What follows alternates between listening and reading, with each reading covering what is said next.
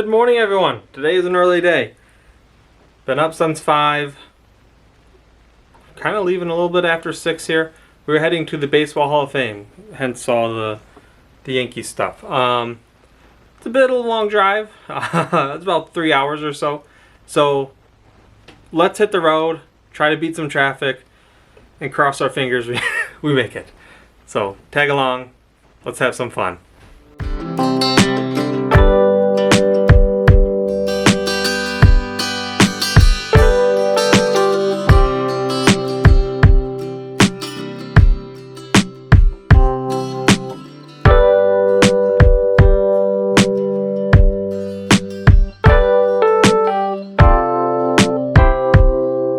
Alright everyone, we've made it. We're in Cooperstown, just a short walk away. And just as some quick proof, there's Doubleday Field, where they'll play a lot of vintage, old school baseball games. Not open right now, because obviously there's snow on the ground. We're not here in season. But we made it. Walking the street, heading down to the Hall of Fame. It's a nice, warm 20 degrees out right now. And it's a little warmer back home, so I'm only wearing a hoodie. So it's refreshing, to say the least. Alright everyone, we're in. We have tickets. They recommended starting on the 2nd floor. So we're gonna start there and see what we find. 2nd floor. I've been here a handful of times, but I haven't probably been here in 10 years or so. So let's see what I remember and what we can find.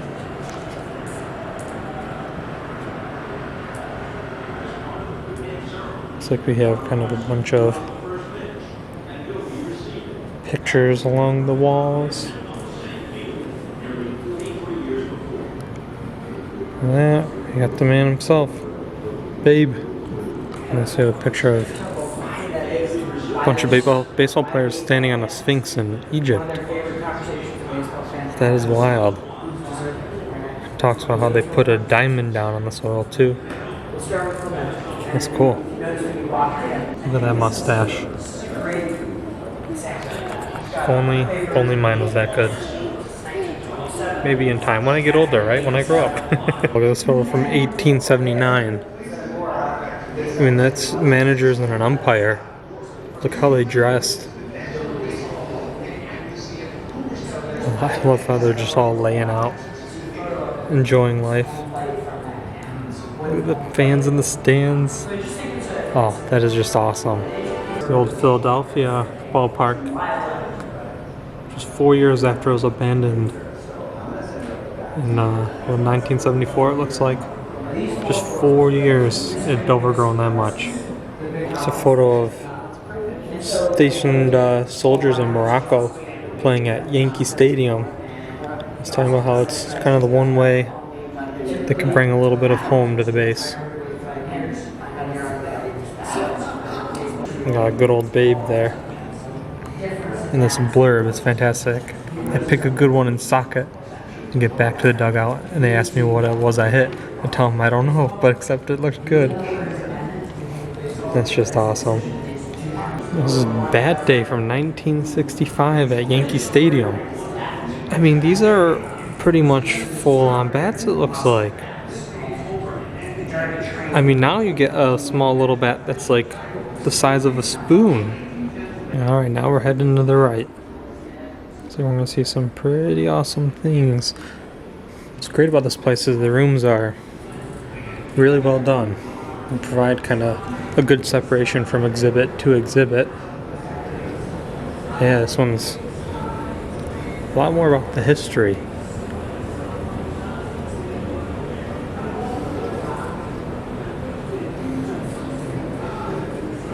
Can be a lot of good things. Let's take a moment and see what we find. So our first spot, we have just kind of talking about the evolution of baseball and how every culture kind of had its own version of stick and ball, and how it eventually became baseball. In this case, kind of looks like it's just memorabilia from old games and Like this here is a trophy of a bat. And I mean, it is wooden, but it's got metal engravings on it.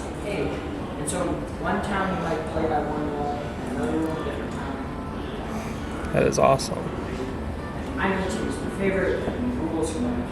Looks like we got an image of the Buffalo Club from 1857.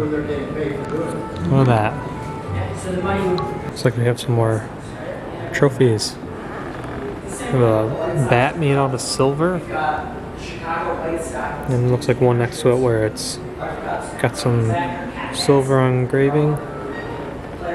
And these silver baseballs. And this one here almost looks like it was played with.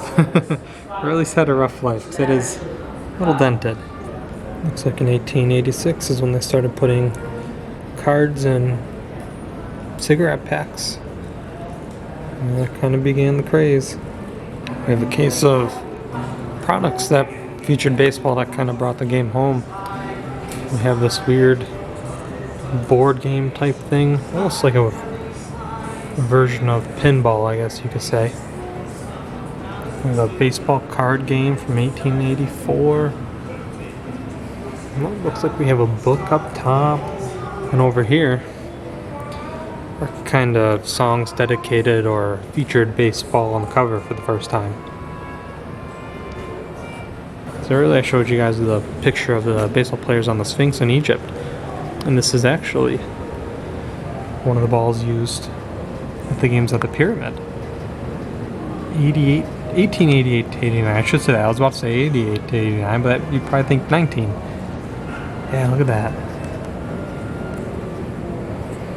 It is very cool. Never knew they did that. Here's a baseball that was turned into a lighter. It was given to Lou Gehrig and Babe Ruth. It's kind of a gift for their world tour. That is interesting. And then here's an ashtray. It's a poster of the American team touring the world. You got good old Babe Ruth, and it looks like it's a poster from Japan advertising their arrival. Looks like we're heading into the Babe Ruth area. Oh, I'm gonna go to the big thing right away. Uniform.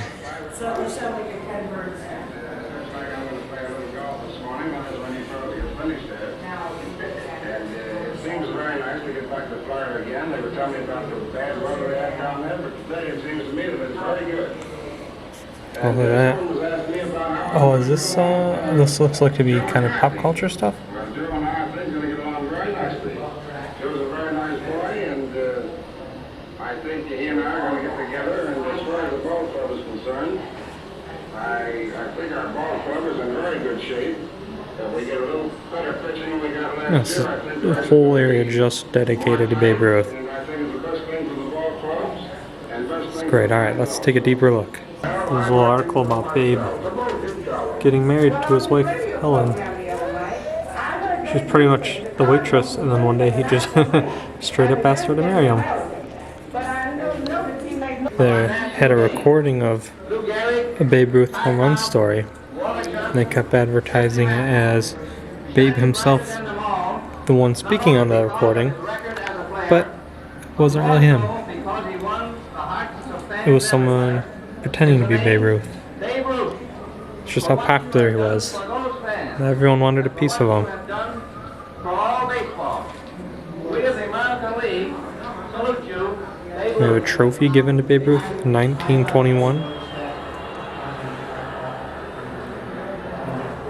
So we have some cards. At this time, I would like to introduce the boy who will be under the leadership of Babe Ruth. Oh, this looks like it was a card game, actually. It was endorsed by him.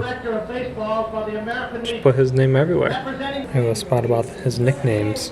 How everyone tried to do a better nickname. We have Mauling Macedon, Colossus of Clout, probably the most popular, Bambino, Behemoth and Bangs, and the Sultan of Swat. He could be called anything. We have a home run ball from 1927. And the bat here where for every home run he hit with his bat, he put a notcher on the Louisville Slugger logo. You can see right there.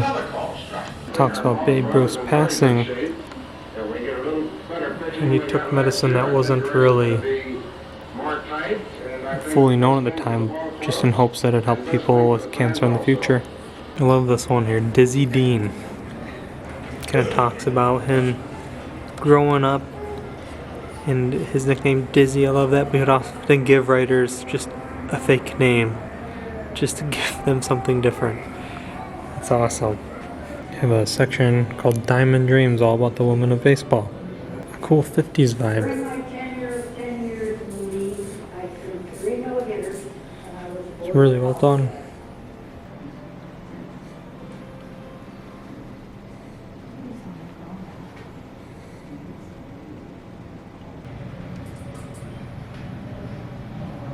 Looks like the change in the ball used throughout the years in different types of leagues. It's awesome uniforms too.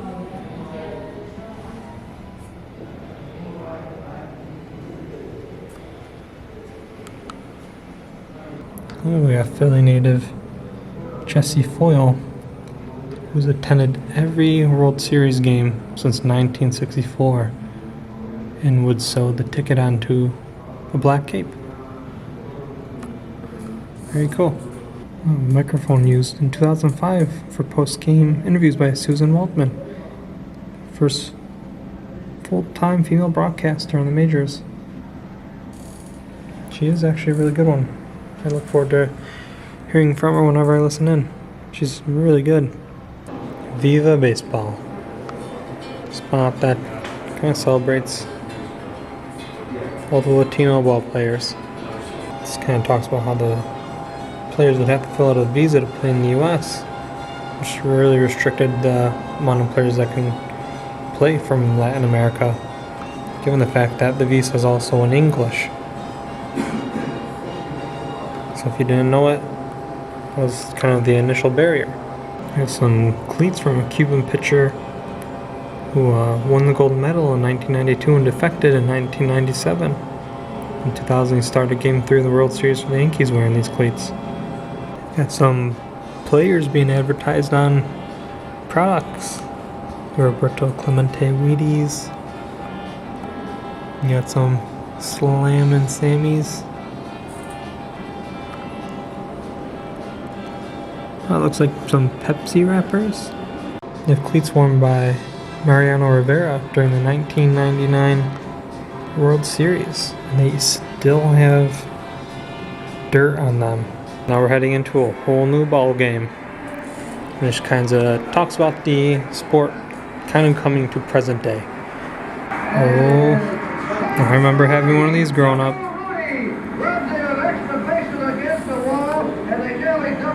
Looks like a beer can with the Pirates on there.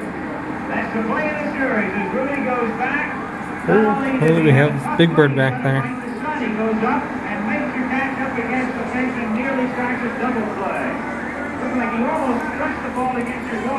Oh, the mini baseball helmets. It looks like we have a case for the infamous Tommy John surgery.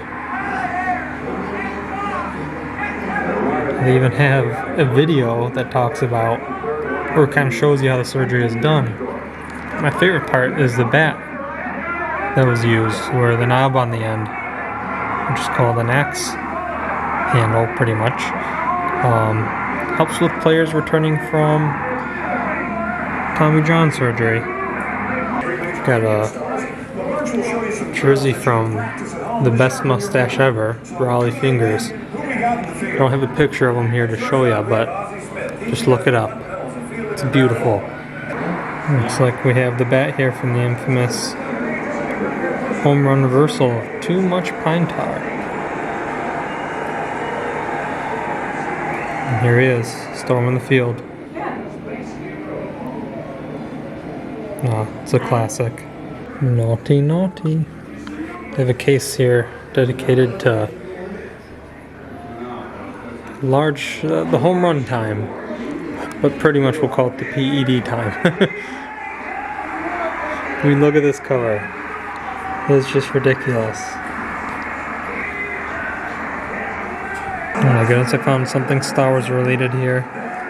A Death Star baseball from San Francisco Giants Star Wars Day. That is awesome. Giancarlo. Got a jersey from Carlos Stanton from the All-Star game. It's awesome. So this is a case of today's game. Albeit it is kind of small. I mean, I guess it's changing every year. That's cool, man. I don't know what it is about, but I love the Brewers logo.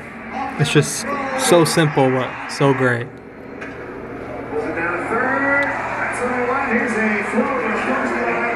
We're all done with floor 2. Let's head on to floor 3. Looks like floor 2 is definitely the floor with the most stuff. So hopefully this one won't be too crazy. I mean, it's the more the better. Second floor was nuts. Alright, floor 3. Entrance to the sacred ground. Gotta start off, we got a ticket booth from the New York Yankees. Used until 1973.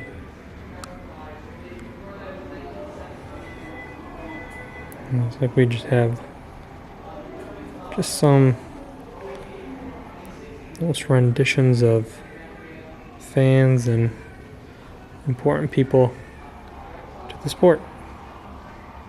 We're heading in. We've got little stuffed guys of the characters that run the bases in the 6th inning at Milwaukee Park. This area is pretty much just souvenirs and memorabilia. That's not player related. The previous case was kind of for the announcers and their history.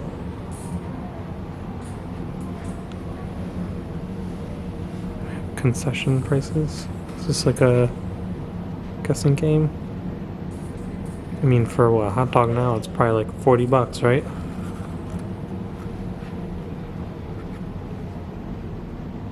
Chicago Cubs bobblehead. Looks like this is World Series 1932.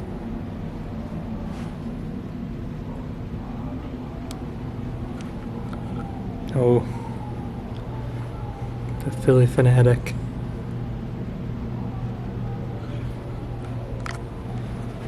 Hey, you got the king. Got an area about the ballparks themselves. Diamondbacks even have a pool that you can rent in the outfield.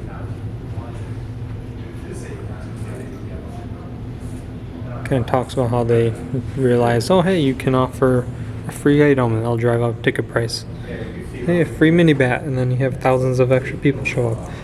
Whoa, look at that ticket. That is so cool.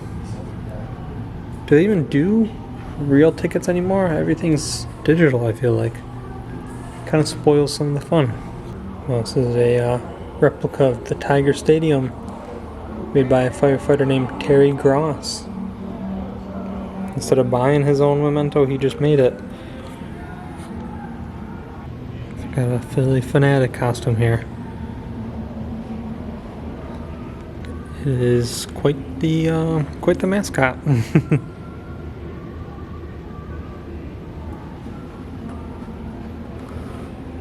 We have a Hank Aaron chasing the dream area. This is a post from the porch of his childhood home. So the house was built by his parents.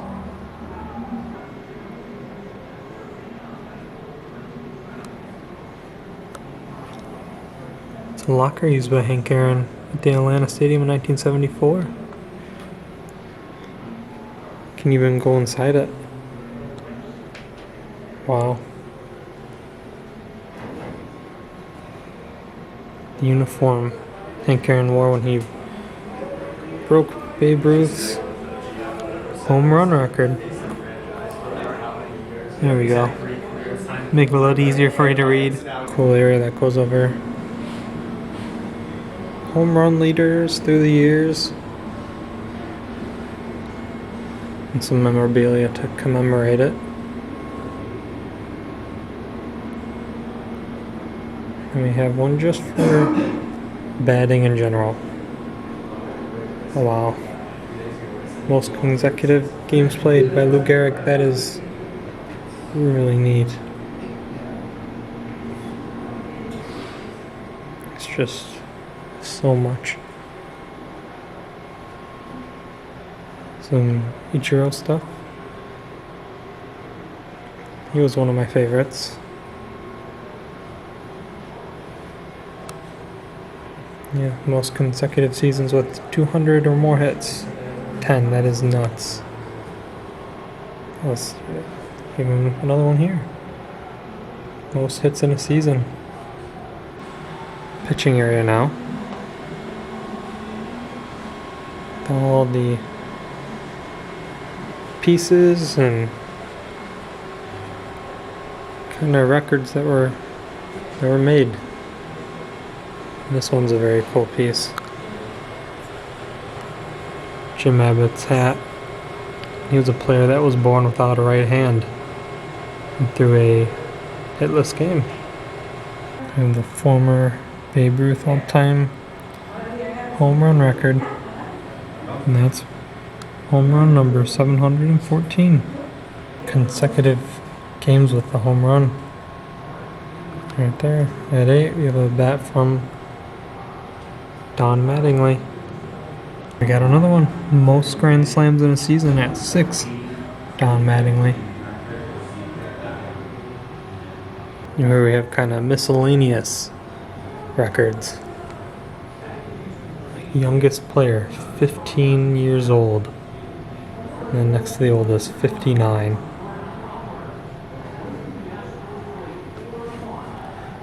The shortest player, 3'7". Tallest, 6'11".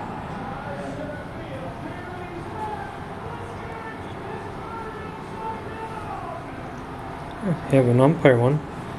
Joe West, 43 seasons. Longest game. Brooklyn Dodgers and Boston Braves, 26 innings. I mean, my God, how it doesn't say how many hours that would have. It was called Due to Darkness. Okay. Oh, 27, you know what that's for. 27 championships. New York Yankees. Looks like this is the 1996 one. Awesome. Here's a baseball for the 1994 World Series, but was never used because there was a strike. The series was canceled. Here we have your team today. And it is a room with a locker of all the teams. This is awesome. Here we go. We got the Yankees, their locker. Some items from present day. We have a DJ LeMahieu helmet. Black talk. Aaron Judge jersey right there. And some retired uniform numbers. That's awesome. Some bats. This is really cool. This is one of the coolest things here. Kind of helps you get in touch with the sport. Gross. I'm just going to find a different one.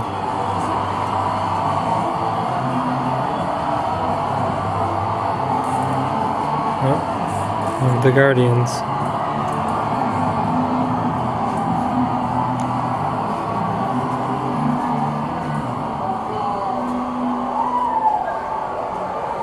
This is a really good idea. Let's see, do we have any Ohtani stuff? Yeah. Shohei Ohtani's bat. Yeah, you have his shoes too, and then Mike Trout's bat. Cool. That is the third floor done. Let's head to the first. Not as much down there, and then it's pretty much gift shop, and we're calling it a day. Here we have the Great Hall. All the plaques of the inductees to the Hall of Fame. Got a Babe Ruth statue. It's made out of entirely of wood, nothing else. Wow. The detail on it is just incredible.